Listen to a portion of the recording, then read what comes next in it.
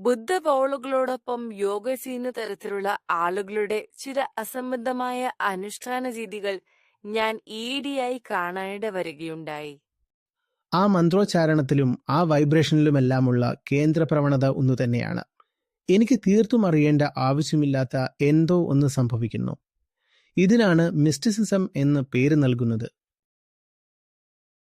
Mysticism എന്നാൽ നിങ്ങളൊരു പ്രത്യേകതരം സുഗന്ധമുള്ള റൊമാൻറ്റിക് ചിന്തയെ പിടികൂടി എന്നല്ല അർത്ഥമാക്കുന്നത്. നിങ്ങൾക്കറിയാമല്ലോ, നിലനിൽക്കുന്ന കാര്യങ്ങളുണ്ട്, പക്ഷേ നിങ്ങൾക്കറിയാൻ കഴിയില്ല. ഇതൊരു മിസ്റ്റിസിസം അല്ല. ഇത് വിഡ്ഢികളെ വിഡ്ഢികളാക്കാനുള്ള ഒരു നിഞ്ചാതന്ത്രമാണ്. അപ്പോൾ എന്താണ് മിസ്റ്റിസിസം? ഇതൊരു ചിന്തയാണ്. മിസ്റ്റിസിസം ഒരു പ്രത്യേകതരം ആസ്വാദ്യകരമായ ചിന്തയല്ല. മിസ്റ്റിസിസം എന്നത് ചിന്തയിൽ നിന്നുള്ള മോചനം തന്നെയാണ്.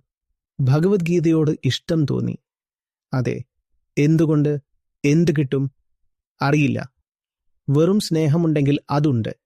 നിഷ്കാമമായ ശ്രദ്ധ, ഒരുതരം അലസത. ഇതാണ് മിസ്റ്റിസിസം. അതല്ല മിസ്റ്റിസിസം. എനിക്കിവിടെ ചില നെഗറ്റീവ് ഊർജം അനുഭവപ്പെടുന്നുണ്ട്. അതെ അതെ അതെ എനിക്കിവിടെ ചില നെഗറ്റീവ് ഊർജങ്ങൾ അനുഭവപ്പെടുന്നുണ്ട്. നിങ്ങൾ എന്തിനാണ് ചിരിക്കുന്നത്?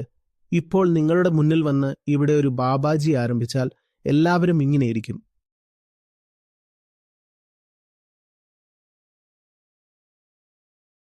എല്ലാവരും അവിടെയും ഇവിടെയുമായി സീറ്റിനടിയിൽ ഒളിക്കുന്നത് പോലെ ആയിപ്പോകും.